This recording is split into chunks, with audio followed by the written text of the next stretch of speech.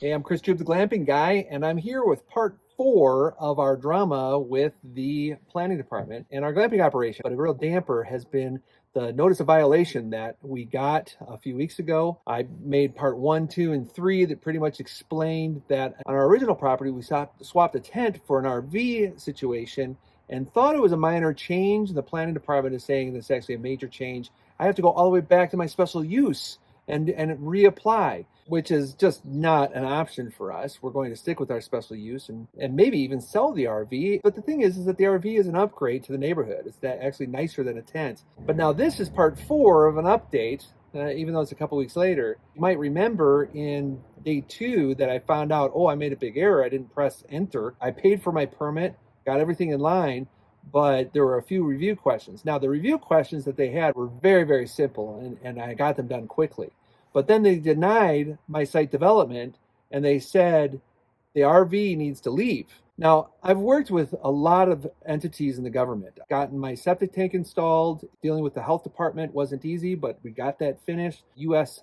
Fish and Wildlife, about my creek, the Department of Natural Resources with my well permit, and the building permits. I've rebuilt decks. I've rebuilt a whole bunch of stuff for the building department. So for the planning department to all of a sudden put things in jeopardy, my development in jeopardy, it's really a game changer. It could be very serious. And mind you, all of this costs money. This is not cheap. In bringing my glamping operation up to compliance, which the government wants. So I'm rocking and rolling. I'm moving forward. And the county now wants me to go all the way back to the beginning of my special use? No way. And frankly, they're not being very nice about it. I have an email from my planner, which is my 3rd planner in a year, by the way.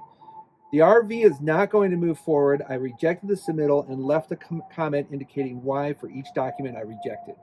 So she's rejecting my site development because of that RV. My enforcement officer doubled down also and said, he's talking to me, you are wanting to use a residential property in the middle of a neighborhood. And I'm upset about that statement. The reason is because I do have a special use for this. I do have permission to put an RV in there. It's a recreational vehicle inside a recreation camp, special use permit. And it's not in the middle of a neighborhood. It is in unincorporated El Paso County. It is out in the country. And in my special use application, the neighbors came to my defense and actually said they wanted a glamping operation in town. And it all fits together nicely with El Paso County's master plan. There's no reason to not have this RV on my property. So I ask you, what would you do? Well, here's what I'm going to do, and actually I already did it. I shared this in the other videos. We're actually appealing above the head of the planner and the enforcement officer. And I hate to do that. I hate going above people's heads. And so I'm in the process of setting up a meeting with perhaps the new director. This is how it's settling into my mind and my glamping operation. If the planning department is all of a sudden become hostile to glamping in my county, that's a game changer for me.